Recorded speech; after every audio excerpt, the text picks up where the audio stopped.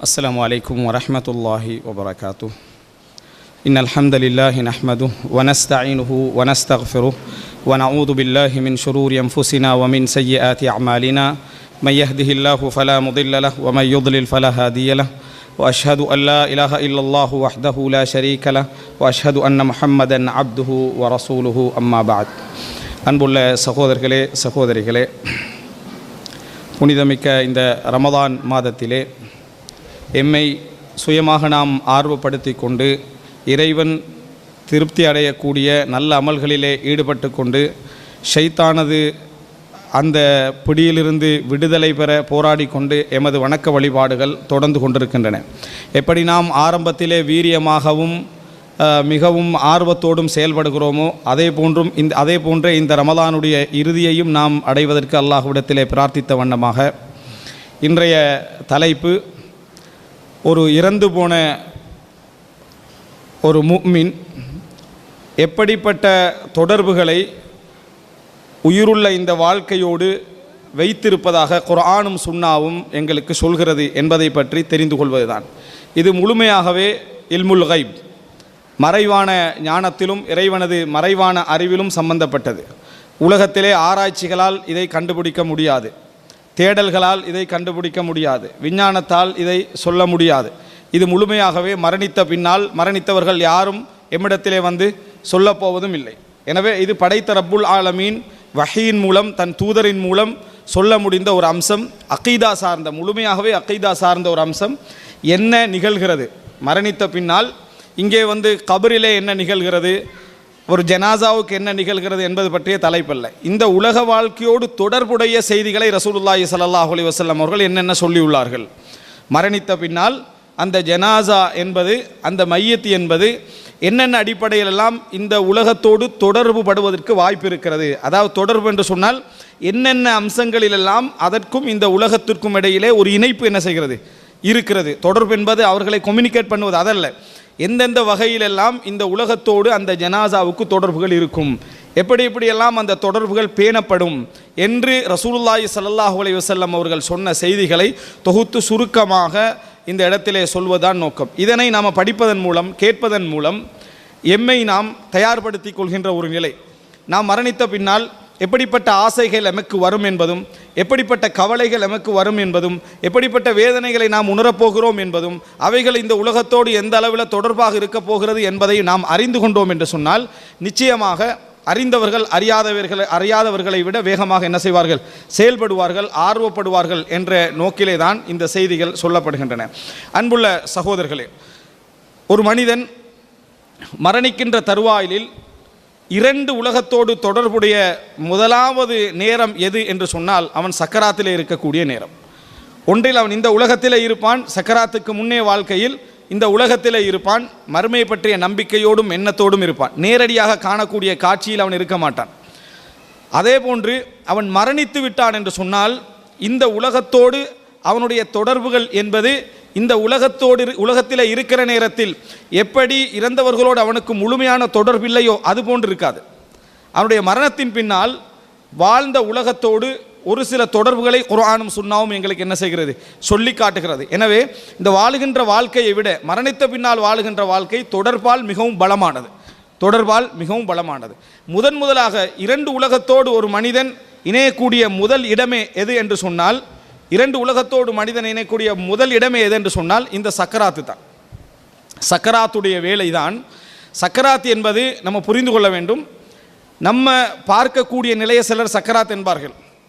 சக்கராத்தில் இருந்தார், ஒரு மாதிரியா திரும்பி வந்துட்டாருன்னு சொல்லுவாங்க சார். அவங்க சக்கராத்தில் இருந்தால் என்ன செய்யலாது, திரும்பியெல்லாம் வர முடியாது. அவருடைய பார்வையில் சக்கராத் என்ன என்று சொன்னால், அவர் வந்து ஒரு மூச்சு இல்லாத மாதிரி இருந்தார், கொஞ்ச நேரம் வேதனையில் இருந்தார், பார்த்தா பேசிட்டார், ஓ சக்கராத்தில் இருந்துட்டு என்ன செஞ்சிட்டாரு, திருப்பி வந்துட்டான்னு சொல்லுவோம். அது சக்கராத் அல்ல. இப்போ ஃபிரௌன் இந்த உலகத்திலே மூழ்கடிக்கப்படுகிற நேரத்தில் கலிமா சொன்னான். மௌத்தாகினவரோ சொல்லலை கலிமா. அவன் எந்த நேரத்தில் அந்த கலிமாவை சொன்னான், உயிரோடு இருக்கிற நேரத்தில் தான் கலிமாவை சொன்னான். ஆனால் அந்த சொன்ன நேரம் என்பது அவன் திரும்பி வர முடியாத நேரம். அதாவது உயிர் கைப்பற்றப்பட போகின்ற நேரம் என்பது உறுதியான நேரம். அதற்கு பின்னால் இந்த உலகத்திற்கு அவன் திரும்பி வர முடியாத நேரம். உடல் உயிரை விட்டு அப்படியே பிரிந்து கொண்டிருக்கக்கூடிய நேரம். இந்த நேரத்திலே அவன் இந்த உலகத்தையும் பார்ப்பான், உறவினர்களையும் பார்ப்பான், சூழ இருக்கக்கூடிய சொந்த பந்தங்களை எல்லாம் பார்ப்பான், நண்பர்களையும் பார்ப்பான், மலாய்க்காமார்களையும் பார்ப்பான். ஒரே நேரத்தில் அவன் இரண்டு உலகத்தோடு தொடர்புடைய அந்த நேரம் என்னென்றால் அவன் திரும்பி வர முடியாத நேரம், அதே நேரம் உயிர் பிரிவதற்கு இருக்கக்கூடிய நேரம். மற்றபடி நம்ம பார்க்கக்கூடிய நேரத்தில் சில பொழுதுகளில் என்ன செய்யலாம், அவர் திரும்பி வந்து விடலாம், அந்த உயிர் தொண்டை குழி அடைந்ததாக நம்ம நினைச்சிருப்போம். அப்படி இருக்காது, மயக்கத்தில் அவர் இருந்திருக்கலாம். அதனால தான் ஒரு நூலே எழுதி இருக்கிறார்கள், மன் ஆஷ பஅதல் மவுத், மவுத்துக்கு பின்னால் வாழ்ந்தவர்கள். அப்படின்னா என்ன, அடக்கிட்டாங்க திரும்பி வந்துட்டாங்க அப்படின்னா அவர்கள் மரணிக்கவே இல்லை, மரணித்ததாக நினைத்தார்கள். சக்கராத் என்பது எப்படி என்று சொன்னால் அப்படி அல்ல.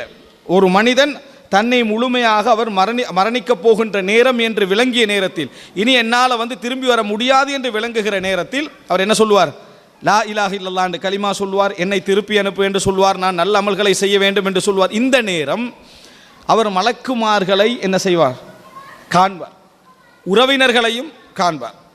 தனக்கு பக்கத்திலே அமர்ந்திருக்கக்கூடிய உறவினர்களையும் பார்ப்பார், கெட்ட அந்த கெட்ட உயிரை பறிக்கக்கூடிய மலக்குமார்களையும், நல்லவராயின் ரஹ்மத்துடைய மலக்குமார்களையும் அவர் காண்பார். இந்த செய்தியை பக்கத்திலே உள்ளவர்களுக்கு எடுத்து சொல்ல முடியாத அளவில் உடலுடைய இயக்கங்கள் எல்லாம் என்ன செய்யும், அப்படியே குறைந்து கொண்டிருக்கும். உடலுடைய இயக்கங்கள் எல்லாம் குறைந்து கொண்டிருக்கும். எங்களுக்கு தெரியும், அபூ சலமா ரலியல்லாஹு அன்ஹு அவர்களை ரசூல் ஸல்லல்லாஹு அலைஹி வஸல்லம் அவர்கள் ஜனாசாவின் பொழுது பார்க்க போகிறாங்களே, நம்ம ஒரு துஆ ஓதுறோமே ஜனாசாவை கண்ட நேரத்தில், அந்த ஜனாசாவை பார்க்க போகிற நேரத்தில் அவருடைய பார்வை என்ன செஞ்சது, திறந்திருந்தது.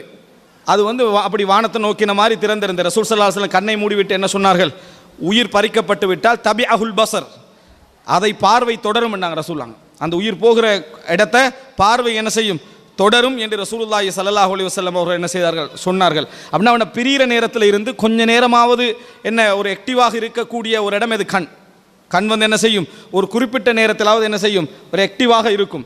அந்த கண் அந்த உயிரை தொடர்ந்து விடும் என்று ரசூலுல்லாஹி ஸல்லல்லாஹு அலைஹி வஸல்லம் சொன்னார்கள். இப்படிப்பட்ட இந்த நேரத்தில் மலக்குமார்களையும் பார்ப்பார், அதே போல என்ன இந்த தனக்கு பக்கத்தில் உள்ள உறவினர்களையும் பார்ப்பார். உறவினர்களிடத்தில் இந்த செய்தியை சொல்ல முடியாத நிலைகள் இருக்கும். ஆனால் சில அறிஞர்களுடைய வரலாற்றிலே பதிவு செய்திருக்கிறார்கள், மர்ஹபன் என பில்மலாஇக்கத்திர் ரஹ்மா, ரஹ்மத்துடைய மலக்குமார்களை வருக என்று சொன்ன வார்த்தைகள் எல்லாம் சில அறிஞர்களுடைய வரலாற்றிலே பதியப்பட்டிருக்கிறது. ஆனால் அவர்கள் அந்த மலக்குமார்களை கண்டுதான் அந்த வார்த்தைகள் சொன்னார்களா என்பதற்கு எந்த விதமான ஆதாரமும் இல்லை. ஒருவேளை அவர் தனது நல்ல ரூஹாக இருக்க வேண்டும் என்பதற்காக ஒரு பிரார்த்தனையாக என்ன செய்திருக்கலாம், அவைகளை எல்லாம் சொல்லி இருக்கலாம். அல்லாஹு தஆலா குர்ஆனிலே சொல்லி காட்டுகிறான், ஃபலவுலா இதா பலகத்தில் ஹுல்கூம் வஅன்தும் ஹீனஇதின் தந்துரூன் வநஹ்னு அக்ரபு இலைஹி மின்கும் வலாக்கின் லா துப்சிரூன். அல்லாஹு தஆலா சொல்லி காட்டுகிறான், தொண்டை குழியை உயிர் அடைகின்ற பொழுது, ஹுல்கூம் இந்த தொண்டை குழியை உயிர் அடைகின்ற பொழுது நீங்கள் பார்த்து கொண்டிருப்பீர்கள். எங்களால் செய்ய முடிந்தது என்ன, ஒரு நீர் கொடுப்போம், மாதுளம் தண்ணி கொடுப்போம், அவருக்கு துஆவை சொல்லி இந்த மாதிரி பார்த்து கொண்டிருப்போம். லா இலாஹ இல்லல்லாஹ் கலிமாவை சொல்லி கொடுப்போம், இப்படி நம்ம பார்த்து கொண்டிருப்போம். வஅன்தும் ஹீனஇதின் தந்துரூன் வநஹ்னு அக்ரபு இலைஹி மின்கும் வலாக்கின் லா துப்சிரூன். நாம் உங்களை விட மிகவும் அருகாமையில் இருப்போம், உங்களை விட மிகவும் அண்மையில் நாம் இருப்போம், நீங்கள் பார்க்க முடியாது என்று அல்லாஹ் ரப்புல் ஆலமீன் என்ன செய்கிறான், சொல்லி காட்டுகிறான். அன்புள்ள சகோதரே, குர்ஆனிலே உயிரை பறிக்கக்கூடிய அந்த வசனங்களை எல்லாம் எடுத்து பார்த்தீங்க என்று சொன்னால், அந்த மலக்குமார்கள் உயிர் பறிக்கப் போகின்ற அந்த உடலோடு பேசக்கூடிய செய்திகளை எல்லாம் அல்லாஹ் தஆலா என்ன செய்கிறான், அஹ்ருஜு அன்ஃபுஸக்கும், உங்களது உயிர்களை வெளியேற்றுங்கள் என்று அந்த மலக்குமார்கள் சொல்வார்கள் என்ற வார்த்தைகள்லாம் அல்லாஹ் தஆலா குர்ஆனிலே என்ன செய்கிறான், சொல்லி காட்டுகிறான். எனவே அந்த நேரம் மலக்குமார்களையும் நாம் காண்போம், எமது உறவினர்களையும் காண்போம், எந்த செய்தியையும் அவர்களுக்கு எடுத்து வைக்க முடியாது. அப்படி காணக்கூடிய நேரம் உண்மையிலேயே மோசமான ஒரு மனிதராக அல்லாஹு தஆலா காப்பாற்ற வேண்டும் அந்த மனிதர் இருப்பாராக இருந்தால், அவருடைய மிகப்பெரிய எதிர்பார்ப்பாக என்ன இருக்கும், தன்னுடைய குடும்பத்துக்கு ஒரு செய்தியை சொல்லிட்டு போகிறது, எனக்காக மன்னிப்பு கேளுங்க என்று சொல்கிறது, என்ற சொத்துக்களை தர்மம் செய்யுங்க என்று சொல்கிறது, ஒரு வசியத்து சொல்கிறது, எனக்காக வேண்டி இந்த தர்மங்கள் எல்லாம் அல்லாஹ்வுடைய பாதையில் செலவழித்து விடுங்கள் என்று சொல்கிறது, தனது கடமைகள் எல்லாம் என்ன ஜக்காத்து போன்ற கடமைகள்லாம் நிறைவேற்றி விடுங்க என்று சொல்கிறது. ஆனால் அந்த சந்தர்ப்பம் என்ன செய்யாது, இருக்காது. அதனால தான் ரசூலுல்லாஹி ஸல்லல்லாஹு அலைஹி வஸல்லம் சொன்னார்கள், இன்னல்லாஹ யக்பலு தௌபத்தல் அப்தி மா லம் யுகர்கிர். தொண்டை குழியை உயிர் அடைந்து கர்கராவுடைய நிலையை அவன் அடையாத வரைக்கும் அல்லாஹு தஆலா தௌபாவை ஏற்றுக்கொண்டே இருப்பான். அதுவரைக்கும் சந்தர்ப்பம், அதுவரைக்கும் அல்லாஹு தஆலா தௌபாவை ஏற்றுக்கொண்டே இருப்பான். சுபஹானல்லாஹ், மனிதனுக்கு அவகாசம் கொடுக்க கொடுக்க மனிதன் அதை துவம்சம் செய்து கொண்டே இருப்பான் என்பதற்கு இந்த ரமலான் போன்ற ஒரு காலம் பெரிய ஒரு ஆதாரம். எலும்பி நின்று வணங்கியவருக்கு பாவங்கள் மன்னிக்கப்படும், இறைவனை நன்மையை நாடி தொழுதவருக்கு பாவங்கள் மன்னிக்கப்படும். 2 காரணம். லைலத்துல் கத்ர் இரவிலே எலும்பி வணங்கியவருக்கு பாவங்கள் மன்னிக்கப்படும். 3 காரணம். 3 காரணங்கள் வழி இருந்து மொத்தருக்கு பாவம் மன்னிக்கப்படலை என்றால் குற்றம் யார் மீது இருக்கும்? அவருடைய முயற்சியின் மீதும் அவருடைய நிலையின் மீது தான் என்ன செய்யும் இருக்கும். இப்படிப்பட்ட ஒரு நிலை அவருக்கு கடைசி இந்த கர்கராவுக்கு முந்தின நேரத்தில் கூட ஒருவர் மன்கான ஆஹிரு கலாமிஹி லா இலாஹ இல்லல்லாஹ் தஹலல் ஜன்னா, யாருடைய கடைசி வார்த்தை லா இலாஹ இல்லல்லாஹ்வாக இருக்கிற ஒரு சொர்க்கம் நுழைவார். இது எந்த இதை சொல்லுது? கடைசி நேரம் இந்த கர்கரா டைமில் லா இலாஹ இல்லல்லாஹ் சொல்கிறத மட்டுமல்ல, அதற்கு முன்னால் ஒருவர் லா இலாஹ இல்லல்லாஹ் சொல்லியிருந்தார். இப்போ கெட்ட ஒருத்தர் கடைசி நேரத்தில் லா இலாஹ இல்லல்லாஹ் சொல்கிறதால எந்த பயனும் இல்லை. அவர் எப்போ சொல்லணும்னா அந்த கர்கராவுடைய நிலை அடைவதற்கு முன்னால் சொல்லணும். ஆனால் அந்த கர்கராவுடைய நிலையில் நம்ம நல்ல விஷயங்களை சொல்லி கொடுக்கணும், அது வேறு. ஆனால் அதற்கு முன்னால் அவர் லா இலாஹ இல்லல்லாஹ் சொல்வாராக இருந்தால் அவருடைய இடம் சொர்க்கமாக இருக்கும் என்று ரசூலுல்லாஹி ஸல்லல்லாஹு அலைஹி வஸல்லம் சொன்னார்கள். எனவே ஒரு இறந்து போகக்கூடிய ஒரு உயிருக்கு, ஒரு உடலுக்கு முதல் தொடர்பு ஏற்படக்கூடிய இடமும், முதல் 2 விதமான உலகத்தை அவன் காணக்கூடிய இடமும் சக்கராத்துடைய இடம் என்பதை நாம் என்ன செய்துவிடக்கூடாது, மறந்துவிடக்கூடாது. அன்புள்ள சகோதரர்களே, அடுத்ததாக முஸ்னத் அஹ்மதிலே வரக்கூடிய செய்தியை நீங்கள் பார்க்கலாம். உயிர் போய்விட்டால் தொடர்புடைய இடங்களை நம்ம தெரிந்து கொள்ள வேண்டும். உயிர் போய்விட்டால் அதாவது ஒரு உடலை விட்டு உயிர் பிரிந்து விட்டது, மரணித்து விட்ட பின்னால் எப்படிப்பட்ட நிலையில் அந்த உடல் இருக்கும் அப்படி என்று கேட்டீங்கன்னு சொன்னால், சில பலகீனமான தவறான நம்பிக்கைகளை வாட்ஸ்அப்பில் எல்லாம் வந்திருக்கும். என்னை மெதுவாக குளிப்பாட்டுங்க, இது என்னது உடம்புகளெல்லாம் அப்படி போயிருக்குது, உயிர் வெளியாகினதுனால பாதிக்கப்பட்டிருக்கேன், இப்படி எந்த செய்தியும் குர்ஆன்ல ஹதீஸ்ல என்ன இல்லை. இப்படி எந்த ஒழுங்காக தான் குளிப்பாட்டணும், அதுக்காக வேண்டி இப்படி ஒரு செய்தி என்ன, உயிர் போனதால் எல்லாம் பிஞ்சு போயிருக்குது, அதனால் மெதுவாக நீங்கள் என்ன செய்யுங்க, மெதுவாக அதாவது குளிப்பாட்டுங்கள் என்று சொன்ன மாதிரியான ஆதாரபூர்வமான எந்த செய்திகளும் என்ன இல்லை. ஆனால் ரசூலுல்லாஹி ஸல்லல்லாஹு அலைஹி வஸல்லம் அவர்கள் ஒரு விஷயம் சொன்னார்கள். உயிருக்குரிய இந்த உலகத்திலே வாழக்கூடிய உயிருக்குரிய மரியாதையை அதுக்கு கொடுங்கன்னு சொன்னாங்க. உலகத்தில் இருக்கக்கூடிய ஒரு உயிரை நம்ம குளிப்பாட்டுற நேரத்தை எப்படி குளிப்பாட்டுவோம்? அந்த வலிக்காமல் அதுக்கேற்ற மாதிரி நம்ம குளிப்பாட்டுவோமா? அது மாதிரியான மரியாதையை அந்த இறந்த அந்த ஜனாசாவுக்கும் என்ன செய்யுங்க, நீங்கள் கொடுங்கன்னு ரசூலுல்லாஹ் சொன்னாங்க. எப்படி எந்த வார்த்தையில் சொன்னாங்க என்றால், அபூதாவுதில் வரக்கூடிய செய்தி 3207வது இலக்கம் ஆயிஷா ரலியல்லாஹு அன்ஹா அறிவிக்கிறார்கள். ரசூலுல்லாஹி ஸல்லல்லாஹு அலைஹி வஸல்லம் சொன்னார்கள், கஸ்ரு அத்மில் மையித் க கஸ்ரிஹி ஹய்யா. ஒரு இறந்து போன ஜனாசாவுடைய எலும்பை முறிப்பது என்பது, அதாவது ஒரு முறிவு ஏற்படுவது என்பது இந்த உலகத்திலே உயிரோடு உள்ள ஒருவருடைய எலும்பை முறிப்பதற்கு சமம் அப்படின்னு ரசூலுல்லாஹி ஸல்லல்லாஹு அலைஹி வஸல்லம் அவர்கள் சொன்னார்கள். உயிரோடு இருக்கக்கூடிய இது எல்லா விஷயங்களுக்கும் பொருந்தும், ஜனாசாவுக்கும் பொருந்தும். உயிரோடு இருக்கக்கூடிய ஒரு ஜனாசாவுடைய நீங்கள் விரலை உடைக்கிறீங்கன்னு சொன்னால், உயிரோடு இருக்கக்கூடிய ஒரு மனிதனுடைய விரலை உடைக்கிறீங்கன்னா, உடலில் ஒரு பாதிப்பு ஏற்படுத்துறீங்கன்னா, அதே மாதிரியான தரம் தான் ஒரு ஜனாசாவுக்கு நீங்கள் ஏற்படுத்தினாலும் இதை அடிப்படையாக வைத்து தான் போஸ்ட்மார்ட்டம் என்பது இஸ்லாமிய அறிஞர்கள் மிக நிர்பந்தமான நிலையில் மாத்திரம் அனுமதி என்று சொல்வதற்கு இதுதான் காரணம். மிக நிர்பந்தமான நிலையில் மாத்திரம்தான் அனுமதி. இல்லை என்றால் உயிரோடு என்ன மரியாதையோ அதே மரியாதை தான் என்ன செய்ய வேண்டும், இறந்த அந்த உடலுக்கும் கொடுக்க வேண்டும் என்று ரசூல் ஸல்லல்லாஹு அலைஹி வஸல்லம் இந்த செய்தியினூடாக என்ன செய்கிறாங்க, சொல்கிறார்கள். எனவே மிக மிக மிக நிர்பந்தமான, இப்போ முஸ்லீம் நாடுகளிலும் இது நடக்குது, ஆனால் மிக மிக நிர்பந்தமான ஒரு நிலை, வேறு வழியே இல்லாத நேரத்தில் மாத்திரம் இதை என்ன செய்யலாம் என்ற அனுமதியை சொல்வதற்கான காரணம் இந்த ஹதீஸ் என்ன செய்கிறது, அதை தடை செய்கிறது. எனவே ஒரு உயிர் பிரிந்து விட்டால் அந்த உடலுக்குரிய மரியாதை உயிரோடு உள்ளவனுக்குரிய மரியாதை. எனவே உலக வாழ்க்கைக்குரிய அந்த மரியாதை நம்ம என்ன கொடுத்திருப்போமோ அதே மரியாதை அங்கே கொடுக்க வேண்டும் என்று ரசூலுல்லாஹி ஸல்லல்லாஹு அலைஹி வஸல்லம் என்ன செய்கிறார்கள், சொல்கிறார்கள். என்றால் அவரோடு நம்ம நடந்து கொள்கின்ற ஒவ்வொரு நடவடிக்கைகளும் அப்படித்தான் இருக்கணும். இந்த அடிப்படையில் தான் அபூபக்கர் ரலியல்லாஹு அன்ஹு அவர்கள் ரசூலுல்லாஹி ஸல்லல்லாஹு அலைஹி வஸல்லம் நெத்தியில் என்ன செய்தார்கள், முத்தமிட்டார்கள். ஒரு உயிரோடு உள்ளவரை எப்படி நடத்தினாங்களோ அப்படித்தான் அபூபக்கர் ரலியல்லாஹு அன்ஹு நடத்தினார்கள். ரசூலுல்லாஹி ஸல்லல்லாஹு அலைஹி வஸல்லம் அவர்கள் உஸ்மான் இப்னு மத்ஊன் ரலியல்லாஹு அன்ஹு அவர்களை அழுது கொண்டே முத்தமிட்டார்கள். நபி அவர்கள் அவர் ஜனாசாவாக இருக்கக்கூடிய நேரத்தில் கண்ணீர் தாரை தாரையாக சிந்திக்கொண்டே என்ன செய்தார்கள், ரசூலுல்லாஹி ஸல்லல்லாஹு அலைஹி வஸல்லம் அவர்கள் நெத்தியிலே முத்தமிட்டார்கள் என்ற செய்திகளை எல்லாம் நாம் என்ன செய்கிறோம், பார்க்கிறோம். எனவே அன்புள்ள சகோதரர்களே, இது இரண்டாவது நம்ம புரிந்து கொள்ள வேண்டும்.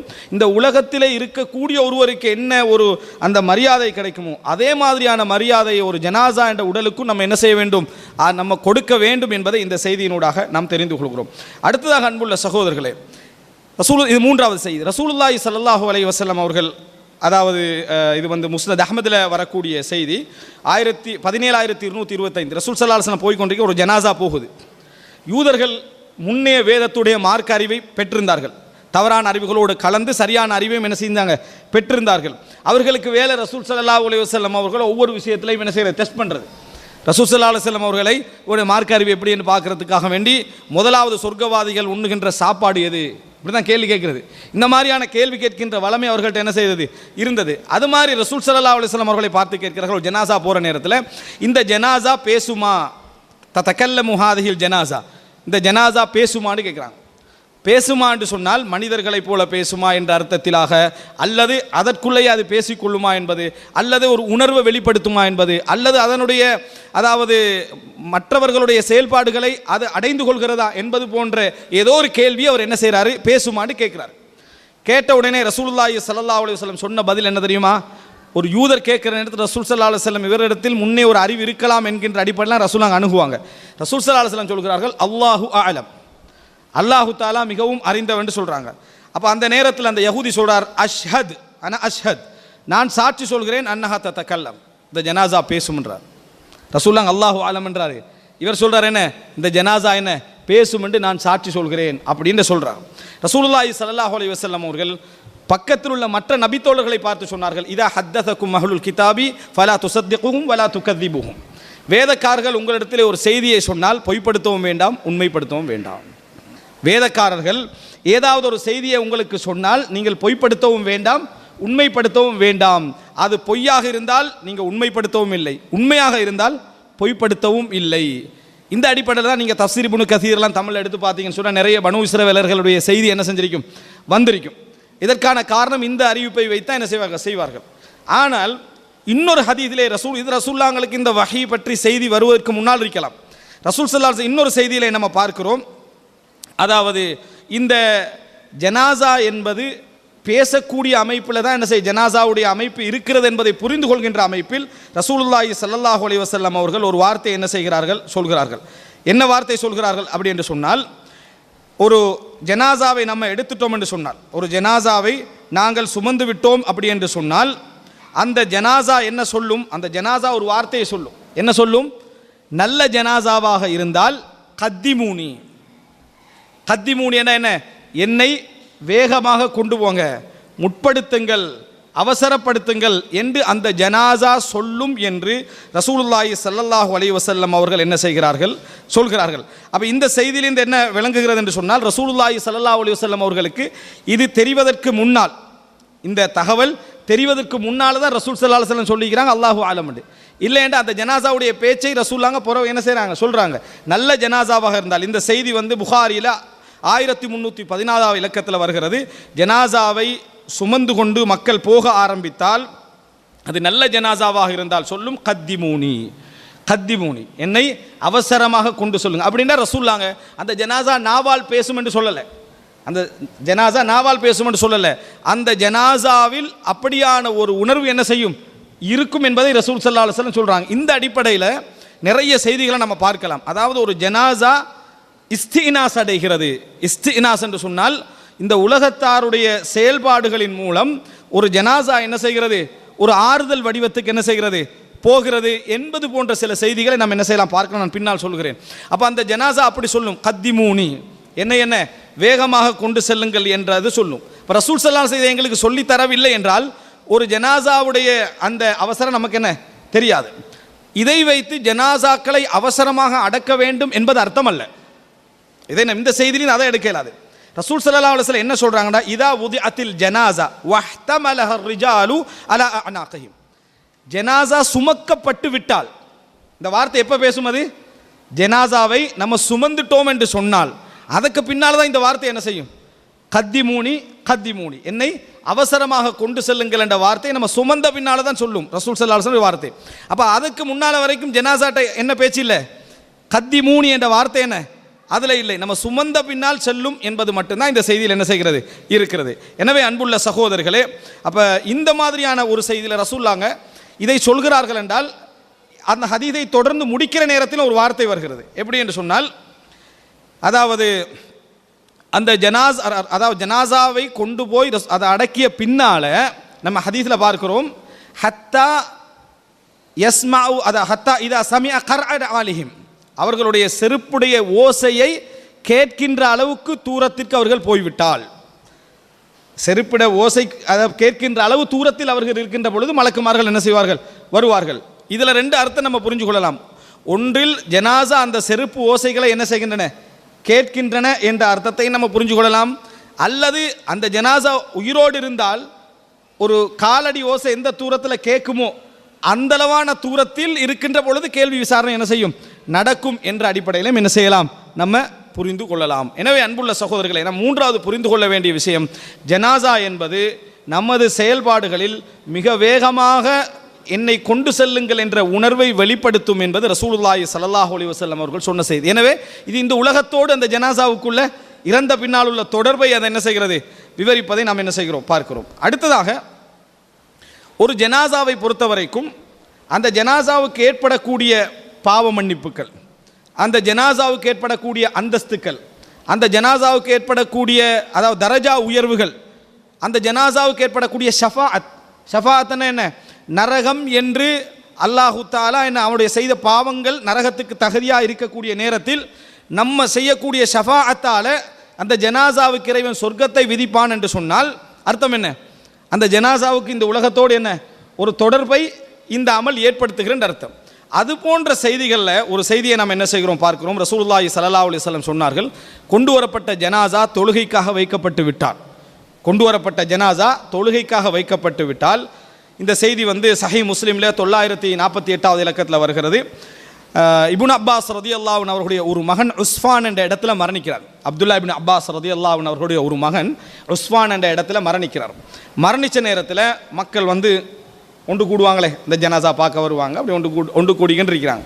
அந்த நேரத்தில் குறைபா அழைச்சி இப்னு அப்பாஸ்லாம் கேட்குறாங்க, எவ்வளோ பேர் வந்திக்கிறாங்கன்னு பாருங்க, எத்தனை பேர் ஜனாசாவுக்கு வந்திக்கிறாங்க என்று பாருங்கன்றாங்க.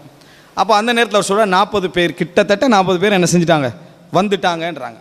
அப்படி என்றா 40 பேர் வந்துட்டீங்கடா சொல்கிறீங்கன்னு கேட்டார் அவர்.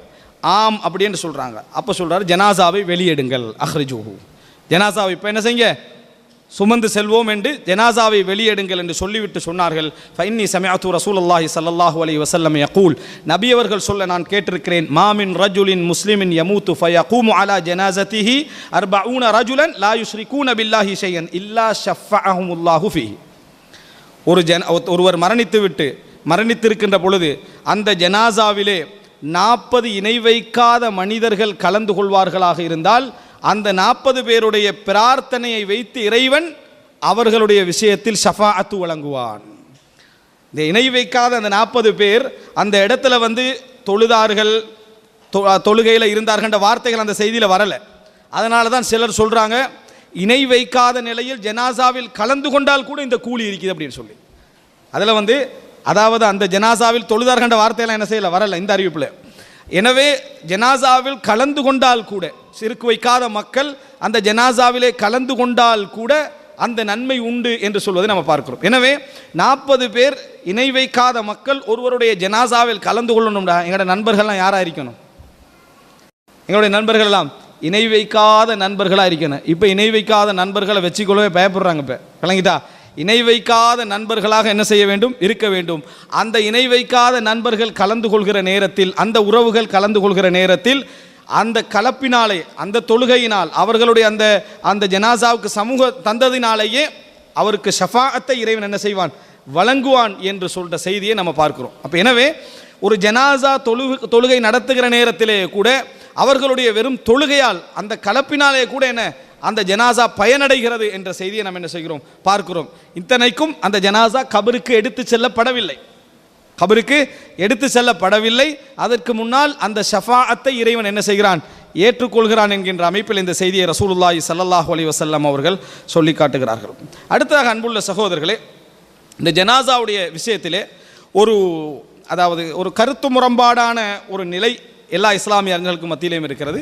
ஜனாசா வந்து எங்களது நடவடிக்கைகள், எங்கள் பேச்சுக்களை செவிமடுக்குமா, எங்களது பேச்சுக்களை ஜனாசா செவிமடுக்குமா அப்படி என்று கேட்டால், அதாவது ஹதீஸ்கள் குர்ஆன் வசனங்களை எல்லாம் பார்க்கிற நேரத்தில் ஜனாசா என்பது அஸ்ஸில் செவிமடுக்காது, அஸ்ஸில் செவிமடுக்காது என்ற கருத்து தான் மிக சரியாக தெளிவாக என்ன செய்கிறது தெரிகிறது. நிறைய குர்ஆன் வசனங்கள் ஹதீஸ்களை பார்க்கிற நேரத்தில் நம்ம ஒரு ஹதீஸிலே பார்க்கிறோம் ரசூலுல்லாஹ் அதாவது அதை குர்ஆன் வசனத்திலே பார்க்கிறோம் சூரா ஃபாத்திர் 22வது வசனம் வமா அன்த பி முஸ்மிஇம் மன்ஃபில் குபூர், கபரில் இருப்பவர்களை உங்களால் செவிமடுக்க செய்ய முடியாது அப்படின்னு அல்லாஹ் தஆலா சொல்கிறான். கபரில் இருப்பவர்களை உங்களால் செவிமடுக்க செய்ய முடியாது என்றான். இது மிக தெளிவாக எதை சொல்லுது?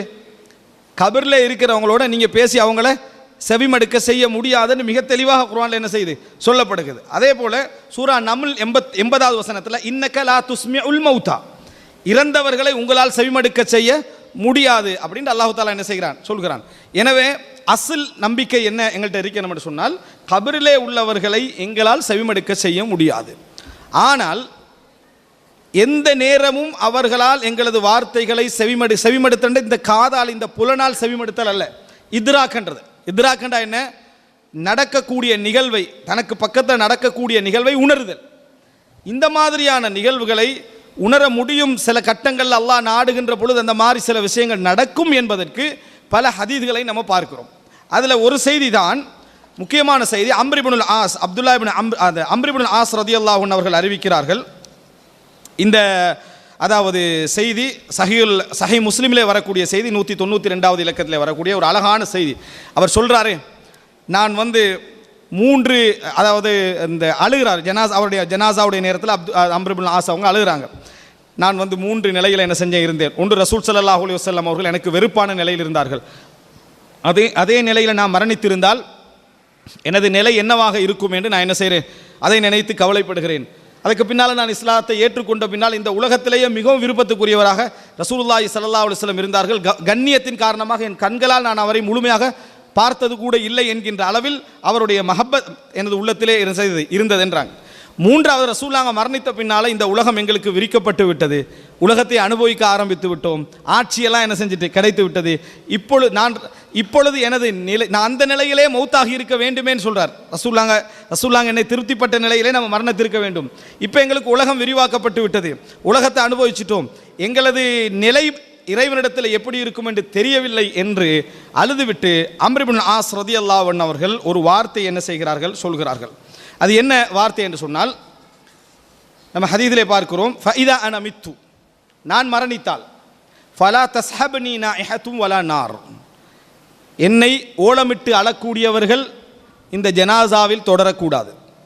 ஃபலா தஸ்ஹப்னி நாஇஹத்துன், அழக்கூடியவர்கள் என்னை இந்த ஜனாசாவில் தொடரக்கூடாது. வலா நார், நெருப்பு தீப்பந்தம் என்ன செய்யக்கூடாது, சுமந்து கொண்டு இந்த ஜனாசாவை யாரும் என்ன செய்யக்கூடாது, தொடரக்கூடாது. ஃபஇதா தஃபன்துமூனி, என்னை நீங்கள் அடக்கி விட்டீர்கள் என்று சொன்னால் ஃபஷுன்னு அலைய துராப ஷன்னா, மண்ணை முழுமையாக நீங்கள் எனக்கு என்ன செய்யுங்க, போட்டு என்னை மூடிவிடுங்கள், மண்ணை முழுமையாக போட்டு என்னை மூடிவிடுங்கள்.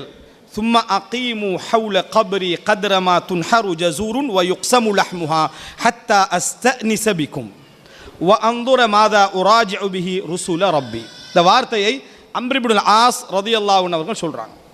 பின்னர் எனது கபரிலே நீங்கள் ஒரேடியாக போயிடாதீங்க, கொஞ்ச நேரம் நில்லுங்கள், கொஞ்ச நேரம் நில்லுங்கள். எதுவரைக்கும் நிற்கணும்? ஒரு ஒட்டகம் அறுக்கப்பட்டு பங்கிடப்படுகின்ற அளவுக்கு நேரம் எவ்வளோ போகுமோ, ஒரு ஒட்டகம் அறுக்கப்பட்டு அதை பங்கிட்டா எவ்வளவு நேரம் போகுமோ அந்த அளவு நேரம் என் கபரடியில் நீங்கள் என்ன செய்யுங்க, நில்லுங்க, உங்கள் இருப்பின் மூலம் நான் ஆறுதல் அடைவேன் அப்படி என்று சொல்லி அம்ர் இப்னுல் ஆஸ் ரலியல்லாஹு அன்ஹு அவர்கள் சொல்கிறார்கள். உங்கள் இருப்பின் மூலம் நான் ஆறுதல் அடைவேன். இஸ்தினாஸ் என்ற வார்த்தை அம்ர் இப்னுல் ஆஸ் என்ன செய்கிறாங்க சொல்லி காட்டுகிறார்கள். அதாவது எனது கபரில் இறங்கி எதுவரைக்கும் ஒட்டகம் அறுக்கப்பட்டு பகிரப்படுகின்ற நேரம் எவ்வளோ இருக்குமோ இதைத்தான் தவறாக விளங்கப்படுத்தி என்ன செய்கிறாங்கன்னு சொன்னால் கந்திரி கொடுக்கலான்றதுக்கு இந்த செய்தியை என்ன செஞ்சுட்டாங்க, எடுத்துட்டாங்க. எது, ஒட்டகத்தை அறுத்து நல்லா என்ன செய்யுங்க, சாப்பாடு கொடுங்க அப்படி சொல்லலை. அவர் என்ன சொல்கிறாரு, ஹத்தா அஸ்தனிஸ பிகும்ண்டா அந்த நேரம் வரைக்கும், அந்த மாதிரி நேரம் வரைக்கும். எப்படின்னா சும்மா அகீமு ஹவுல கப்ரி கத்ரமா துன்ஹர் ஜசூர், ஒரு ஒட்டகம் அறுக்கப்படுகின்ற நேரம், அது பகிரப்படுகின்ற அந்த நேரம் அளவுக்கு நீங்கள் நில்லுங்கள். ஹத்தா அஸ்தனிஸ பிகும், உங்களை கொண்டு நான் ஆறுதல் அடையலாம். அந்துர மாதா உராஜிஉ பிஹி ருசுல ரப்பி, என்னை விசாரிக்க வருகின்ற அந்த இறைவனது மலக்குமார்களோடு நான் என்ன முறையில் நடந்து கொள்கிறேன் என்பதை நான் பார்ப்பதற்காகவும் என்று அவர் என்ன செய்கிறார் சொல்கிறார். இதிலிருந்து என்ன விளங்குகிறது அப்படின்னு சொன்னால், எமது ஜியாரத்துக்களின் மூலம், அந்த இடத்துல நம்ம கேட்கக்கூடிய துஆக்களின் மூலம், அவர்களுக்கு நாம் செய்யக்கூடிய சலாம் என்பதன் மூலம் ஒரு இஸ்தினாஸ் என்பதை அம்ர் இப்னுல் ஆஸ் புரிந்து வைத்திருக்கிறார்கள். ஒரு இஸ்தினாஸ் என்ற ஒரு ஆறுதல் என்கின்ற ஒரு நிலை அவர்களுக்கு ஏற்படும் என்பதை இந்த செய்திகள் என்ன செய்கின்றன, சொல்லுகின்றன. இது ஒரு அக்கீதா சார்ந்த விஷயம். ஒரு அம்ர் இப்னுல் ஆஸ் ரலியல்லாஹு அன்ஹு ஒரு தவறான நம்பிக்கையில் என்ன செய்ய இருக்க வாய்ப்பு இல்லை.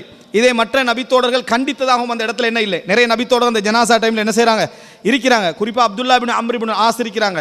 அவர் மிகவும் மார்க்க விளக்கம் உள்ளவர். யாருமே என்ன செய்யலை, கண்டிக்கவில்லை. எனவே நம்ம அந்த ஜனாசாவுடைய இடத்துக்கு போய் பிரார்த்தனைகள் செய்வது, அவர்களுக்காக துவா செய்வது, அவர்களுக்காக சலாம் சொல்வது என்பது கேட்குமா இல்லையா என்ற விஷயத்தை பொறுத்த வரைக்கும் கேட்காது என்று குர்ஆன் தெளிவாக சொல்லுகிறது. ஆனால் இது போன்ற நேரங்களில், சலாம் சொல்லுகின்ற நேரங்களில், இது போன்ற நேரங்களில் ஒரு இஸ்தினாஸ் ஏற்படும் என்பதை நாம் இந்த செய்தியிலிருந்து என்ன செய்கிறோம், புரிந்து கொள்கிறோம். பாருங்க, சஹீஹ் முஸ்லிமில் வருது, ரசூல் ஸல்லல்லாஹு அலைஹி வஸல்லம் எப்பொழுதும் என்ன செய்வாங்க, இரவுடைய இறுதி பகுதியில் பக்கீக்கு போவார்கள். போய் துஆ கேட்பார்கள். அஸ்ஸலாமு அலைக்கும் தார கௌமி முஃமினீன், அஸ்ஸலாமு அலைக்கும் தார கௌமி முஃமினீன். எப்போ ஜியாரத்துக்கு போகிறாங்க ரசூலாங்க? தஹஜ்ஜுடைய வேளையில். தஹஜ்ஜுடைய வேளையில் ஜியாரத்துக்கு போய் அஸ்ஸலாமு அலைக்கும் தார கௌமி முஃமினீன், அதாவது முஃமினானவர்களே, விசுவாசிகளே, அதாக்கும் மா துஅதூன், உங்களுக்கு வாக்களிக்கப்பட்டது உங்களுக்கு என்ன செய்து விட்டது, வந்து விட்டது. கதன் முஅஜ்ஜலூன், உங்களுடைய அஜல் நாளைக்கு என்ன செய்கிறது இருக்கிறது. உங்களுக்கு ஒரு தஜீல் அல்லாஹு தஆலா வைத்திருக்கிறான். வ இன்னா இன்ஷா அல்லாஹ் பிக்கும் லாஹிகூன், உங்களோடு நாங்களும் இணைந்து கொள்வோம். அல்லாஹும்ம இக்ஃபிர் லி அஹ்லி பகீஇல் கர்கத், யா அல்லாஹ் இந்த கர்கத்திலே அடக்கப்பட்டிருக்கிறவருடைய பாவங்களை என்ன மன்னித்தரு. இதான் அதாவது ஜன்னத்துல் பக்கீன்னு சொல்லுவாங்களே, ஜன்னத்துல் பக்கீன்னு சொல்லக்கூடாது, ஜன்னத்துல் பக்கீ என்று சொல்லக்கூடாது. பகீஉல் கர்கத் ஹதீஸ்ல வரக்கூடிய விஷயம் என்ன, பகீஉல் கர்கத். இப்போ இந்த இடத்துல நீங்க பார்க்கலாம், வ இன்னா இன்ஷா அல்லாஹ் பிக்கும் லாஹிகூன், நாங்களும் உங்களோடு சேர்ந்து கொள்வோம் என்ற இந்த வார்த்தை இஸ்தினாசன் சொல்லப்பட்ட வார்த்தையாக இருக்க வாய்ப்பு உண்டு. உங்களோடு நாங்களும் என்ன செய்வோம், சேர்ந்து விடுவோம் என்பது ஆறுதலான ஒரு வார்த்தையாக இருக்க வாய்ப்புண்டு என்பதுதான் இமாம் இப்னு தைமியா போன்ற, இமாம் இப்னுல் கைம் அல் ஜௌசியா ரஹிமஹுல்லாஹ் போன்றவர்களுடைய கருத்து என்பதை நம்ம என்ன செய்கிறோம், பார்க்கிறோம். எனவே அந்த ஜியாரத் என்பது சிலர் என்ன நினைக்கிறாங்கன்னா, போனாலும் போகாட்டியும் அவருக்கு ஒரு பிரச்சனை இல்லாத மாதிரி நினைக்கிறாங்க. நம்ம போனாலும் போகாட்டியும் அந்த ஜனாசா இருக்குதே அவருக்கு எந்த ஒரு எஃபெக்டும் இல்லை என்ற மாதிரியான அந்த உணர்வு தான் எங்களை அப்படி செய்து. நம்ம போய் இப்படி துவா கேட்பதால் அவர்கள் இஸ்தினாஸ் அடைவார்கள் என்கின்ற ஒரு நிலை இருந்தால், ஒரு தந்தையோ ஒரு மனைவியை ஒரு தாயை பிள்ளையை நம்ம ஜனாசா ஜியாரத் செய்யாமல் விட்டு விடுவோமா? விட்டுவிட மாட்டோம் என்பதை நம்ம புரிந்து கொள்ள வேண்டும். அன்புள்ள சகோதரர்களே, அடுத்ததாக இந்த ஜனாசா உயிருள்ளவர்களோடு தொடர்படக்கூடிய விஷயத்தில் இன்னொரு அம்சம்தான், அதாவது நாம் அழுவது அந்த ஜனாசாவை வேதனைப்படுத்தும் என்று ரசூலுல்லாஹி ஸல்லல்லாஹு அலைஹி வஸல்லம் சொன்னார்கள். உலகத்தில் நடக்கிற ஒரு நிகழ்வு அந்த ஜனாசாவை என்ன செய்யும், வேதனைப்படுத்தும் அப்படி என்று ரசூலுல்லாஹி ஸல்லல்லாஹு அலைஹி வஸல்லம் சொன்னார்கள். நம்ம அழுதோம் என்று சொன்னால் அந்த ஜனாசா அழுகின்ற ஓலமிட்டு அழுதல், சாதாரணமாக அழுதல் அல்ல, ஓலமிட்டு அழுதல், கண்ணீர் வடித்தல் அல்ல, ஓலமிட்டு அழுதல் அந்த ஜனாசாவை வேதனைப்படுத்தும்.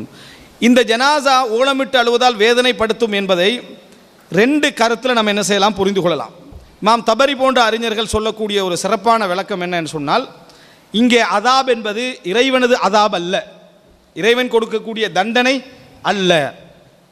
உலகத்தில் இருக்கக்கூடிய உறவுகள் அழுகிற நேரத்தில் அந்த ஜனாசா நெகிழ்வின் காரணமாக வேதனை அடைகிறது, நெகிழ்வின் காரணமாக வேதனை அடைகிறது. நெகிழ்வென்ற என்ன, ஒரு பிள்ளை அழுவது என்பது ஒரு தந்தைக்கு என்ன செய்யும், ஒரு வேதனையாக இருக்கும்.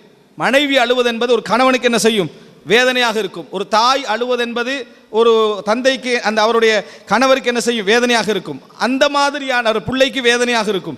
இது போன்ற அந்த ரிக்கத்துல் கல்ப், அந்த வேதனையை அல்லாஹு தாலா என்ன செய்வான், ஏற்படுத்துவான். அவர்களுக்கு அந்த நெகிழ்வு என்ன செய்யும், ஏற்படும். அதனால் அந்த ஜனாசா என்ன செய்யும், அந்த வேதனைப்படுத்தப்படும் என்றதுதான் சில அறிஞர்களுடைய நிலைப்பாடு. இன்னும் சில அறிஞர்களுடைய நிலைப்பாடு என்னென்னா, இல்லை அது இறைவனது தண்டனை தான். அது யாருக்கு என்று சொன்னால், நிச்சயமாக ஒரு ஜனாசா நடந்தால் இறந்தவர்கள் அழ வாய்ப்புண்டு, அது எல்லாருக்கும் தெரியும், சத்தமிட்டு அழ வாய்ப்புண்டு. எவர் வசியத்து செய்யவில்லையோ, எனது ஜனாசாவுக்கு என்ன செய்ய வேண்டும், இப்போ அம்ர் இப்னு ஆஸ் என்ன சொல்றாரு, ஃபலா தஸ்ஹப்னி நாயிஹத்துன், ஓலமிட்டு அழுகின்றவர்கள் என்னை தொடர வேண்டாம் என்னாங்க. இப்போ ஓலமிட்டு அழக்கூடாது என்று வசியத்து பண்ணாம சிலர் ஓலமிட்டு அழுவதை விரும்புவார்கள். ஹசனுல் பஸரி ரஹ்மத்துல்லாஹ் சொல்றாங்களே, மனிதர்கள் வாழுகின்ற நேரத்தில் இஹ்லாஸ் இல்லாமல் இருக்கிறாங்க, மௌத்தாகின பின்னாலும் இஹ்லாஸ் இல்லாமல் இருக்கிறாங்க. அப்போ பக்கத்தில் உள்ள மாணவர் கேட்குறாரு, வாழுகின்ற நேரத்தில் இஹ்லாஸ் இல்லாமல் இருக்கிறது புரிஞ்சு கொள்ளையில், அதை என்ன மௌத்தாகின பிறகு இஹ்லாஸ் இல்லாமல் இருக்கிறது அப்படி என்று கேட்டால் அவர் விளக்கம் சொல்கிறாரு, வாழ்கிற நேரத்திலேயே நான் மௌத்தாகினா பெரிய க்ரௌடு வருமென்று கற்பனை பண்ணிட்டு இருக்கிறானே, அது இஹ்லாஸின்மைக்கான ஆதாரம்.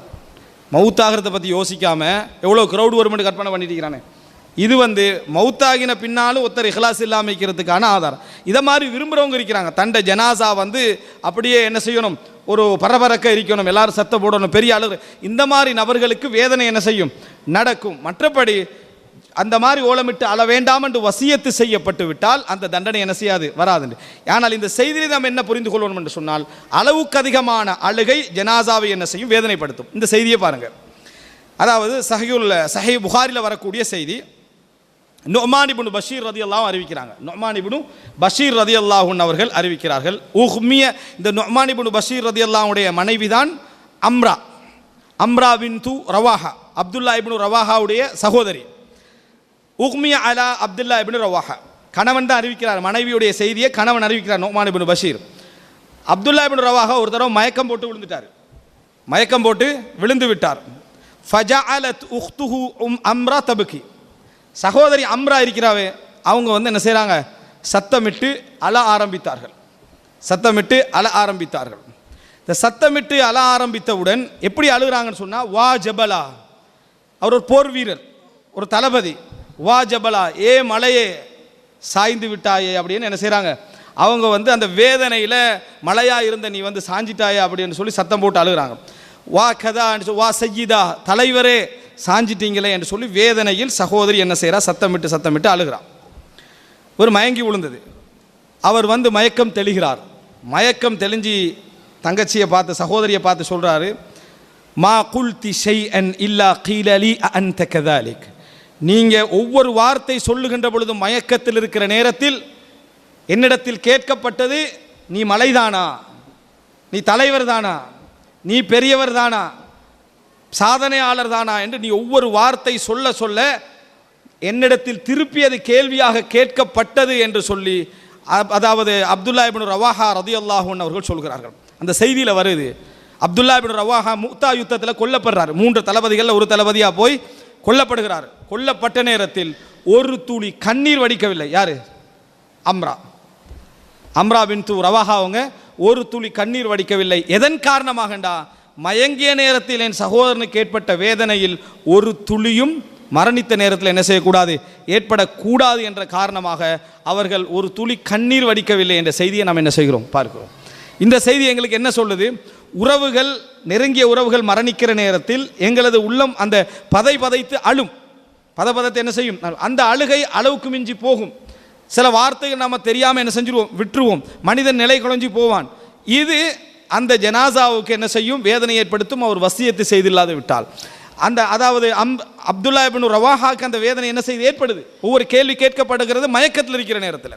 எனவே மரணித்த நேரத்தில் இது போன்ற வேதனை அவருக்கு வரக்கூடாது என்பதனால ஒரு துளி கண்ணீரை கூட அவர் என்ன செய்யவில்லை, வடிக்கவில்லை என்ற செய்தியை நாம் என்ன செய்கிறோம், பார்க்கிறோம். இது அந்த ஜனாசாவுக்கும் இந்த உலக வாழ்க்கைக்கும் உள்ள தொடர்பை, மரணித்த பின்னாலும் உள்ள ஒரு தொடர்பை நாம் என்ன செய்கிறோம், இதிலே நாம் தெரிந்து கொள்கிறோம். அதுபோல் அன்புள்ள சகோதரர்களே, அடுத்த செய்தியாக நம்ம பார்க்கலாம், தமன்னியுல் மையத், மரணித்த அந்த உயிர்களுடைய, அந்த ஜனாசாக்களுடைய ஆசைகள். இது சம்பந்தமாக நான் தனியாக ஒரு தலைப்பில் பேசியிருக்கிறேன், இறந்தவர்களின் ஆசைகள் என்று.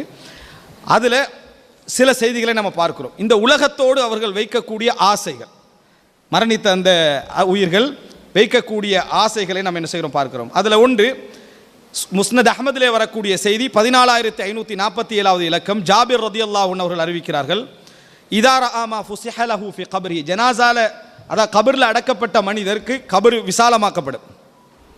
அந்த விசாலமாக்கப்படுவதை கண்டவுடனேயே அந்த மையத், அந்த ஜனாஸா சொல்லும், ஃபயுகா, அதாவது எப்படி என்றால், தஊனி உபஷ்ஷிரு அஹ்லி, எனது குடும்பத்துக்கு இந்த சுபசோபன செய்தியை சொல்ல அனுமதி தாருங்கள். நான் இருக்கக்கூடிய இந்த மகிழ்ச்சியை, நான் இருக்கக்கூடிய இந்த சந்தோஷத்தை சொல்ல அனுமதி தாருங்கள். உண்மையிலேயே நமது உறவுக்காரர் ஒருவர் கபரிலே மகிழ்ச்சியாகவும் இறைவனது பஷாரத்தோடும் இருக்கிறார் என்பதை விட எங்களுக்கு வேறு என்ன சந்தோஷம்? அது ஒரு பெரிய ஒரு சந்தோஷம். ஆனால் அது என்ன வமி வராஹிம் பர்ஸஹுன் இலா யௌமி யுபாஸூன், மறுமை நாள் வரைக்கும் என்ன அது எங்களுக்கு தெரியாது. இறைவனாக சொன்னாலே தவிர எங்களுக்கு என்ன அது தெரியாது. எனவே அவர் முதலாவது என்ன சொல்லுவார் அப்படின்னு சொன்னால், தஊனி உபஷ்ஷிரு அஹ்லி, என் மனைவிக்கு சொல்லணும், என் பிள்ளைக்கு சொல்ல வேண்டும், என் தாய்க்கு சொல்லணும், என் தந்தைக்கு சொல்லணும், அனுமதி தாருங்கள் அப்படின்னு என்ன அந்த மையத்து சொல்லும். அந்த நேரத்தில் ஃபயுகாலு லஹு உஸ்குன், அமைதி அடை. இதுதான் அல்லாஹு தாலா அந்த ஜனாசாவுக்கு சொல்லக்கூடிய வார்த்தை. என்ன? உஸ்குன், அமைதி அடைந்து விடு என்பதுதான் அந்த ஜனாசாவுக்கு சொல்லப்படும் என்ற செய்தியை நம்ம பார்க்கிறோம். உண்மையில் உயிர் பிரிகிற நேரத்திலும் ஒரு வேதனை என்ன அப்படி என்று சொன்னால், உறவுகளுக்கிடத்தில் ஒரு செய்தியை சொல்லி எங்களால் போக முடியவில்லை என்பது உயிர் பிரிகிற நேரத்தில் வேதனை. அதனால தான் ரசூலுல்லாஹ் சொன்னாங்க, ஆயிஷா ரலியல்லாஹு அன்ஹா பார்த்து, இன்னஹு லா யஹூனு அலையல் மௌத்து பி அன்னகி ஜௌஜதி ஃபில் ஜன்னah, நீங்கள் சொர்க்கத்தில் எனது மனைவியாக இருப்பீர்கள் என்பது எனது மரணத்தை லேசாக்குகிறது என்று ரசூல் ஸல்லல்லாஹு அலைஹி வஸல்லம் சொன்னார்கள்.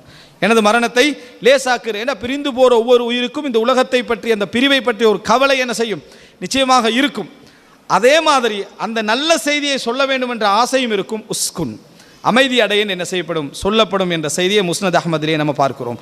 அதே போல அதாவது திர்மிதியில் வரக்கூடிய செய்தி, அப்துல்லா இப்னு ஹராம் ரதியல்லாஹு அன்ஹு அறிவிக்கிறார்கள், ஜாபிர் ரதியல்லாஹு அன்ஹு அவர்களுடைய தந்தை ஜாபிர் பின் அப்துல்லா அவர்கள் கொல்லப்படுகிறார்கள். எங்களுக்கு தெரியும், அவர் வசியத்து பண்ணாரே மரணிக்கு, அதாவது உஹது யுத்தத்துக்கு போக போறாரு. அப்ப சொல்றாரு, கொல்லப்படுகின்றவர்களில் முதலாம் நபராக நான் கொல்லப்படுவேன் என்று நினைக்கிறேன் என்றார். கொல்லப்படுகின்றவர்களில் மின் அவ்வலி மா யுக்தல், முதலாவது கொல்லப்படுகின்றவர்களில் நான் இருப்பேன் நினைக்கிறேன். இது யாருக்கு இருக்கும்? அந்த நீயத், அந்த நீயத்தோட உள்ளத்திலிருந்து முதலாவது கொல்லப்பட்டது அவர் தான். முதலாவது அந்த முதலாவது கொல்லப்பட்ட சஃபரிக்குதே அதில் இருந்தது அவர். அப்போ அந்த மாதிரி அவர் என்ன செய்கிறாரு, கொல்லப்படுகிறார். முதலாவது அந்த சஃபில் கொல்லப்பட்டவர்கள் யார் இருக்கிறாரு? ஜாபிர் அல்லாஹ்வோட தந்தை இருக்கிறார், கொல்லப்பட்டுட்டார். ஜாபிர் அல்லாஹ்வுக்கு 9 சகோதரிகள், 9 சகோதரிகள். 9 சகோதரிகளை விட்டு கடனையும் விட்டு தந்தை கொல்லப்படுகிறார். தோட்டத்தை வச்சு கடன் அடைக்கப்படணும். இந்த நேரத்தில் ஜாபிர் ரலியல்லாஹு அன்ஹு அவர்கள் மிகவும் சோர்ந்த நிலையில் இருக்கிறார். அவர் இளம் வயசு, மிகவும் சோர்ந்த நிலையில் இருக்கிறாங்க. அந்த நேரத்தில் ரசூல் ஸல்லல்லாஹு அலைஹி வஸல்லம் கேட்குறாங்க, உங்கள் தந்தையை இறைவன் எப்படி சந்தித்தான், என்ன சொன்னான் என்ற ஒரு செய்தியை நான் உங்களுக்கு சொல்லவா என்று கேட்டார்கள். கேட்ட நேரத்தில் ஜாபிர் ரலியல்லாஹு அன்ஹு இடத்தில் ரசூல் ஸல்லல்லாஹு அலைஹி வஸல்லம் சொல்கிறார்கள், அல்லாஹு தாலா அனைவரோடும் திரையிட்டு பேசுவான். சொர்க்கத்துடைய நாளில் தவிர மற்றவர்களோடு என்ன செய்வான்? அல்லாஹ் திரையிட்டு பேசுவான். உங்கள் தந்தையோடு திரையின்றி இறைவன் பேசினான், திரையின்றி இறைவன் பேசினான். அந்த நேரத்தில் இறைவன் உங்கள் தந்தையை பார்த்து சொன்னான், யா அபதி தமன்ன அலைய உதிக், என்ன ஆசை உனக்கு இருக்குது சொல்லி நான் உனக்கு தருவேன். தமன்ன அலைய உதிக், என்ன ஆசை உங்களுக்கு இருக்குது சொல்லி நான் தருவேன். ரப்புல் ஆலமீன் அப்படி சொல்றேன்னா அது எவ்வளோ பெரிய ஒரு பலம். எது தேவை சொல்லி நான் தருவேன். அப்போ அவர் சொல்றாரு, யா ரப்பி துஹ்யீனி ஃபஉக்தல ஃபீக தானியா, யா அல்லாஹ் என்னை திருப்பி உயிர் பெறச் செய், உன் பாதையில் மறுபடி நான் கொல்லப்பட வேண்டும்.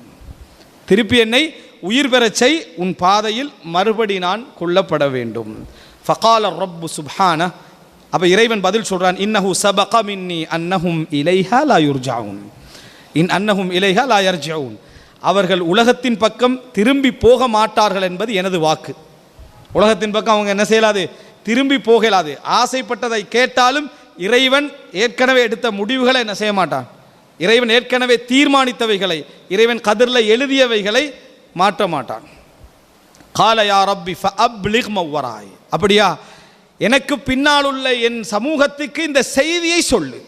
அடுத்த ஆசை இதான் உலகத்தோட தொடர்பு என்ற சப்ஜெக்டில் அடுத்த பகுதி.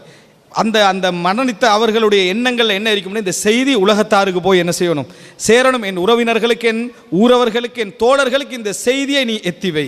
அந்த நேரத்தில் தான் அல்லாஹு தாலா இந்த வசனத்தை இறக்கி வைக்கிறான், வலா தஹ்சபன்னல்லதீன குதிலூ ஃபீ சபீலில்லாஹி அம்வாதா, அல்லாஹ்வுடைய பாதையில் கொல்லப்பட்டவர்களை இறந்தவர்கள் என்று நினைக்க வேண்டாம்.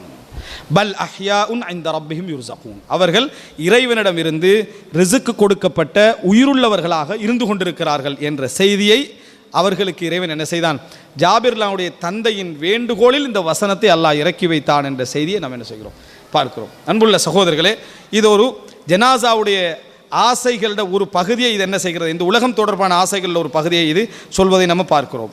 அடுத்ததாக அன்புள்ள சகோதரர்களே, சூரா யாசின் 26, 27 வசனங்கள். அந்த ஒரு மனிதர் வந்து தூதர்களுக்கு சார்பாக பேசுகிறாரு, இவர்களை ஈமான் கொள்ளுங்க, நம்புங்க, அவங்க உண்மைதான் சொல்கிறாங்கன்னு சொன்ன உடனே அந்த ஊர் மக்கள் எல்லாம் சேர்ந்து அவரை கொண்டு போட்டாங்க, அவர்களை கொன்று விட்டார்கள். கொன்றுவிட்டால் ஒரு ஷஹீதுக்கு, அல்லாஹ்வுடைய பாதையில் கொல்லப்பட்ட ஒரு ஷஹீதுக்கு என்ன நன்மை? அவர் அல்லாஹ்வுடைய பாதையில் கொல்லப்பட்டு விட்டால் அவருக்குரிய நன்மை என்ன அப்படின்னு சொன்னால், அவருக்கு விசாரணை கிடையாது, கபருடைய விசாரணை கிடையாது, மறுமையில் அவருக்கு விசாரணை என்ன கிடையாது, நேரடியாக அவர் சொர்க்கம் நுழைவார், அவர் சுவர்க்கம் நுழைவார். சுவர்க்கம் நுழைங்கன்னு அவருக்கு சொல்லப்படுகிறது. கீலது ஹுலில் ஜன்னா, கொல்லப்பட்ட உடனேயே அவருக்கு சொல்லப்படுகிறது கீலது ஹுலில் ஜன்னா, சொர்க்கத்தில் நுழைந்து விடுங்கள். அவர் முதலாக சொன்ன வார்த்தை என்ன தெரியுமா? கால யா லைத கௌமி யஅலமூன், என் சமுதாயம் எனக்கு வழங்கப்பட்ட இந்த அந்தஸ்தை தெரிந்து கொள்ளக்கூடாதா? இதான் கேட்டார். கால யா லைத கௌம், சொர்க்கத்தில் நுழைங்கேன்னு சொல்லப்பட்ட உடனேயே அவருடைய பதில் என்ன? கால யா லைத கௌமி யஅலமூன், என் சமுதாயம் இதை அறிந்து கொள்ளக்கூடாதா? அப்போ பாருங்க, சொர்க்கம் போகிற நேரத்தில் உலக மக்களுடைய அந்த அழிவு இழிவு அவர்களுடைய வழிகேடு மாறக்கூடாதா என்று ஆசைப்படுவார்கள் என்று சொன்னால், அந்த அலாக்கத், அந்த தொடர்பு எப்படிப்பட்ட ஒரு பலமான ஒரு தொடர்பாக இருந்த மனிதர்களுக்கு இருக்கும் என்பதை நாம் என்ன செய்ய வேண்டும், புரிந்து கொள்ள வேண்டும். கால யா லைத கௌமி யஅலமூன். அன்புள்ள சகோதரர்களே, அடுத்ததாக இறுதியாக நம்ம பார்க்கிறோம், அதாவது அபூ ஹுரைரா ரலியல்லாஹு அன்ஹு அவர்கள் அறிவிக்கிறார்கள், ரசூலுல்லாஹி ஸல்லல்லாஹு அலைஹி வஸல்லம் அவர்கள் சொன்னதாக, ஒரு முறை ரசூல் ஸல்லல்லாஹு அலைஹி வஸல்லம் போய் கொண்டிருக்கிறாங்க, ஒரு கபரை பார்த்து ரசூல் ஸல்லல்லாஹு அலைஹி வஸல்லம் சொன்னார்கள், ரக்அத்தானி ஹஃபீஃபத்தானி மிம்மா தஹ்கிரூன வ தம்ஃபிலூன யஸீதுஹுமா ஹாதா ஃபீ அமலிஹி அஹப்பு இலைஹி மின் பக்கியத்தி துன்யாக்கும். நீங்கள் தொழுகின்ற மிக சிறிய மிக லேசான 2 ரக்அத்துக்கள், நஃபிலான 2 ரக்அத்துக்கள், இவரது அமலில் அதிகரிக்க செய்யக்கூடிய அந்த 2 ரக்அத்துக்கள் இந்த உலகத்திலே இருக்கக்கூடிய அத்தனை எஞ்சி இருக்கக்கூடிய அலங்காரத்தை விட இவருக்கு மிகவும் விருப்பமானது என்று ரசூலுல்லாஹி ஸல்லல்லாஹு அலைஹி வஸல்லம் சொன்னார்கள். அவருடைய அமலிலே அதிகரிக்கக்கூடிய 2 ரக்அத்து தொழுகைகள், இந்த உலகத்திலே உயிர் பிரிவதற்கு முன்னால் 2 ரக்அத் தொழுகை கிடைக்கும் என்று சொன்னால், இப்போ நீங்கள் இந்த உலகத்தில் இருக்கக்கூடிய அனைத்து சொத்துக்கள், இன்பங்கள், சுகங்கள் எல்லாவற்றை விட அவருக்கு மிகவும் விருப்பமானதாக நஃபிலான 2 ரக்அத்துக்கள் இருக்கும் என்று ரசூலுல்லாஹி ஸல்லல்லாஹு அலைஹி வஸல்லம் அவர் சொன்னார்கள்.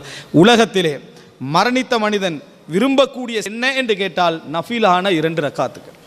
இந்த உலகத்தில் மரணித்த மனிதன் எது வேண்டும் என்று கேட்டால் அவன் சொல்லக்கூடிய விஷயம் என்ன தெரியுமா? நஃபிலான 2 ரக்அத்துக்கள். அமல் செய்தவர்கள், சிறப்பாக அமல் செய்தவர்கள், தொழுதவர்கள் எல்லாம் இருக்குது, இருந்தும் அவங்க விரும்பக்கூடியது அந்த 2 ரக்அத்துக்களை அவர்கள் என்ன செய்வார்கள், விரும்புவார்கள் என்பதை நாம் பார்க்கிறோம். எனவே அன்புள்ள சகோதரர்களே, இந்த ஜனாசா உலக தொடர்பு அவர்களுக்கு இப்படி இருக்கும் என்று சொன்னால், அந்த எண்ணங்கள் இப்படி இருக்கும் என்று சொன்னால், அதையெல்லாம் நம்ம ஏற்கனவே தெரிந்து கொள்கிறோம் என்றால் அது அல்லாஹ்வுடைய நிஅமத். மரணித்த பின்னால் எங்களது எண்ணங்கள், எங்களது ஆசைகள், எங்களது உணர்வுகள், எங்களது உலக ரீதியான தொடர்புகள் எப்படி இருக்கும் என்ற அறிவு கிடைக்கிற நேரத்தில் ஒரு மனிதர் என்ன செய்ய வேண்டும், தனது இறுதி பகுதியை மாற்றிக்கொள்ள வேண்டும். உண்மையிலேயே நாம் இருக்கக்கூடிய ரமதான் அதுக்கு பெரிய ஒரு சந்தர்ப்பம். நாம் இருந்து கொண்டிருக்கக்கூடிய ரமதானுடைய மாதத்திலே, அதனால் எங்களால் முடிந்த அளவுக்கு, இயன்ற அளவுக்கு, ஷைத்தான் விலங்கிடப்பட்டிருந்தாலும் நம்ம பார்க்கிறோம், ஷைத்தான் வழிகட்டு போனான் தானே. ஷைத்தானை வழிகெடுத்தது யாரு? ஹவன் நஃப்ஸ், மனிதனுடைய மனோ இச்சை. அந்த அவனுக்கு இருந்த மனோ இச்சை தானே அவனை வழிகெடுத்துச்சு, பெருமை அடிக்க வச்சுச்சு. அந்த மனோ இச்சையால் அவன் என்ன செய்கிறான், கெட்டு போகிறான். ஹவன் நஃப்ஸுக்கு ஒரு பங்கு இருக்கிறது, ஹவன் நஃப்ஸுக்கு ஒரு பங்கு இருக்கிறது. என்ன பங்கு அது? மனிதர்களை பொறுத்த வரைக்கும் அந்த உல ஆசை அவனை என்றைக்கும் தூண்டிக்கொண்டே இருக்கும். இதற்கு எதிரான ஒரு போராட்டத்தை நம்ம என்ன இந்த ரமலானுடைய நாட்களில் கொடுப்போம் என்று சொன்னால், ரமலானுடைய நாட்களில் அல் குர்ஆனோடு எதோடும் தொடர்படாமல் அல் குர்ஆனோடு அதிகம் அதிகம் அதிகம் அதிகம் தொடர்படுவோம் என்று சொன்னால், நிச்சயமாக உங்களால் எல்லா மொழிபெயர்ப்புகளையும் வாசிக்க முடியாது விட்டாலும் கூட சூரா ஆல இம்ரானுடைய மொழிபெயர்ப்பை நான் வாசிப்பேன் என்றால் ஒரு முடிவெடுங்க. என்ன காரணம் என்றால், இன்றைக்கு நாம் வாழ்ந்து கொண்டிருக்கக்கூடிய சூழலுக்கு நேரடியாக எங்களோடு பேசக்கூடிய ஒரு சூரா போன்று நீங்கள் காணுவீர்கள், சூரா ஆல இம்ரானை, சூரா ஆல இம்ரானை. அதை நம்ம அட்லீஸ்ட் அவைகளையா நம்ம படித்து நம்மளில் சில மாற்றங்களை கொண்டு வருவதற்கும், கடந்த காலத்தை விட ஒரு சிறப்பான ஒரு வாழ்க்கையை நாம் வாழுகிறோம் என்பதை நாம் உணர்வதற்கும் அல்லாஹ் ரப்புல் ஆலமீன் வாய்ப்பை ஏற்படுத்துவானாக. ஹாதா மா இந்தி வல் இல்மு இந்தல்லாஹ் வ அகூலு கௌலி ஹாதா வ அஸ்தக்ஃபிருல்லாஹ் லி வ லக்கும். வஸ்ஸலாமு அலைக்கும் வ ரஹ்மத்துல்லாஹி வ பரகாத்துஹு.